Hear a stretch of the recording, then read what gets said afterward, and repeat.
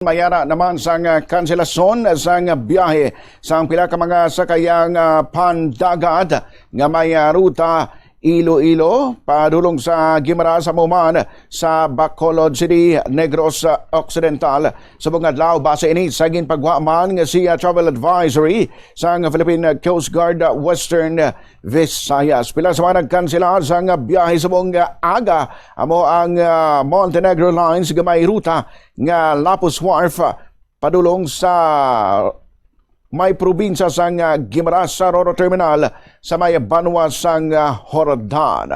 Ang MV Wisam kag Montenegro Lines mayara man sang kanselasyon sang biyahe. Ini ang may ruta halin diri sa Iloilo Fastcraft Terminal padulong dito sa may Bradco Port sa sudad sang Bacolod.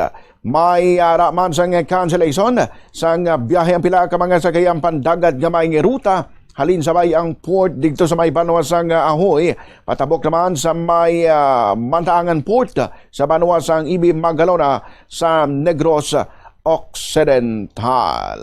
Para ilang kabombo sa pagbantay kag pagmonitor sang pinakauliman nga mga advisories may kangkanan sa kanselasyon sang klase kagawuman ng biyahe sa mga sakayang pandagat.